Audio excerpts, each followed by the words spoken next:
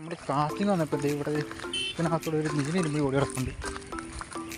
അങ്ങനെ പിടിക്കും പറ്റും നോക്കട്ടെ. ഇവിടെ ജാണ പോലെ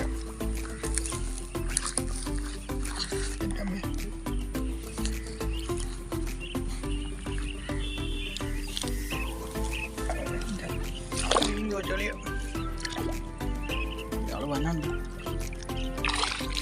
കാലിൽ പോയി ഇവിടെ വന്നാണ്.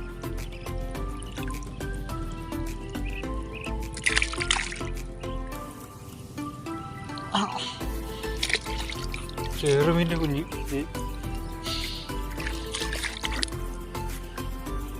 ഇത് അവിടെ നിന്ന് വന്നായി ചാണകക്കുടി.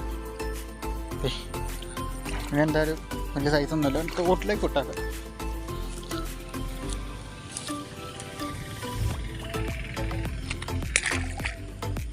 ഓക്കെ.